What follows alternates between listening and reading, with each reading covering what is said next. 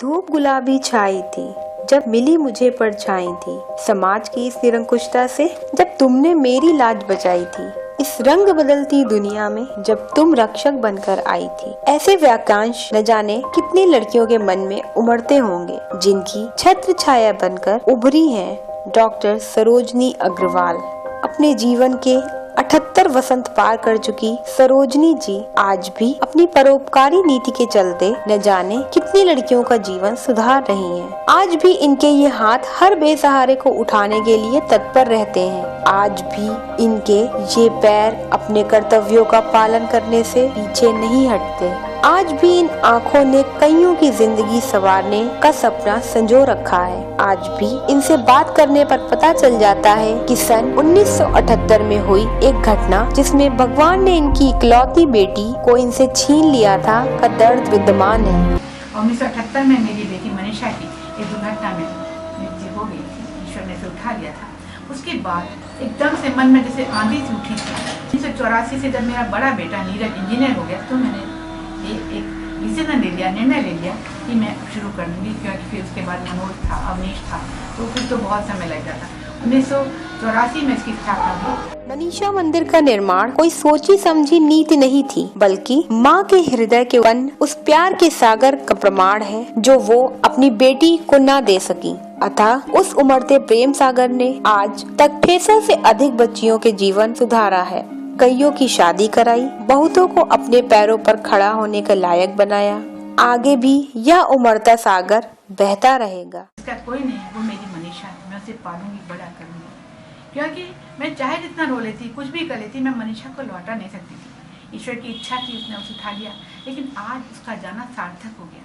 एक माँ कह रही है एक बच्ची चली गई, अच्छा हुआ, क्योंकि एक के जाने से अगर 700 बेटियों को माँ मिल गई, उसका जाना सार्थक हो गया। यहाँ सिर्फ अनाथ बच्चियों को ही नहीं बल्कि उन बच्चियों को भी सहारा दिया जाता है जिनके माँ बाप उनके पालन पोषण में असमर्थ हैं तथा जो अपने घर की प्रताड़नाओं से परेशान हैं।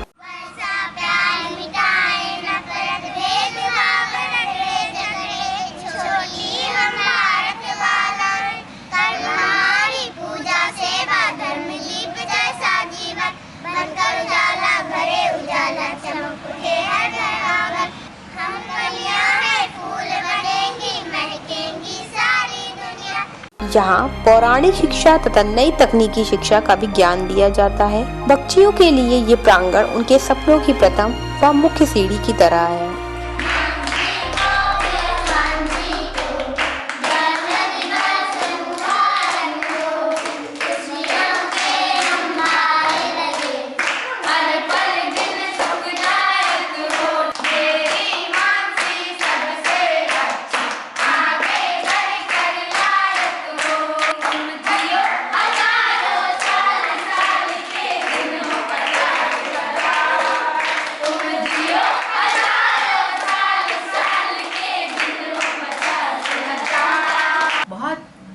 प्रेरणा मिलती है उन चीज़ों से जिन्हें हम समाज में देखते हैं और देखते हैं कैसे हम इनका दुख दूर करें।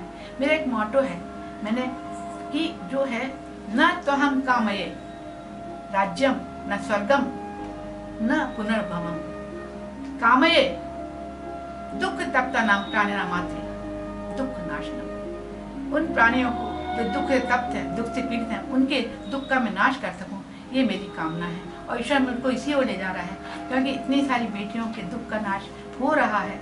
ईश्वर मुझको निमित्त बना रहा है। जो बच्चियां कहीं इधर उधर घूमती रहती हैं, जिनका कोई सहारा नहीं था, जिनके माता पिता नहीं रहते, उन बच्चियों को अगर एक माँ का प्यार मिलकर इंजीनियर डॉक्टर बन जाती हैं, अच्छे अच्छे गाँव में ब्याह दी जाती है, उनकी जिंदगी बन जाती है, इससे बड़ा संतोष और एक माँ का प्यार। यहाँ बच्चियाँ जरूर सैकड़ों हैं पर माँ बस एक है और वह है सरोजनी माँ। मैं सबसे आह्वान करती हूँ, मेरे हाथ बनिए, क्योंकि मैं 78 साल की हो रही हूँ। अब मुझे ज़रूरत है कि अपना समय दें, अपने हाथ दें, और ये मनीषा में जो स्थापित हो गया है ये हमेशा चलता रहेगा, मैं रहूँ न रहूँ। बेटियों का क्या कहिए वेद की ऋचाएं हैं, बेटियों का क्या कहिए वेद की ऋचाएं हैं, प्यारी लगती जैसे पूर्वा हवाएं हैं, प्यारी लगती जैसे पूर्वा हवाएं हैं, मीठी गुणधानी सी, निष्ठावन करुणामयी, देश की तरक्की की लहराती ध्वजाएं हैं, बेटियों का क्या करें। वह कौन सा है पद जिसे देता है यह जह सम्मान, वह कौन सा है पद जो करता है देशों का निर्माण, वह कौन सा है पद जो बनाता है इंसान को इंसान, वह कौन सा है पद जिसे करते हम सभी प्रणाम। जगत जननी माँ उस पद का नाम, हम सभी की ओर से इस माँ को सत सत प्रणाम, सत सत प्रणाम, सत सत प्रणाम। बेटियों का क्या कहिए, वेद की ऋचाएं हैं, बेटियों का क्या कहिए, वेद की ऋचाएं हैं, प्यारी लगती जैसे पूर्वा हवाएं हैं, प्यारी लगती जैसे पूर्वा हवाएं हैं, बेटियों का क्या कहिए।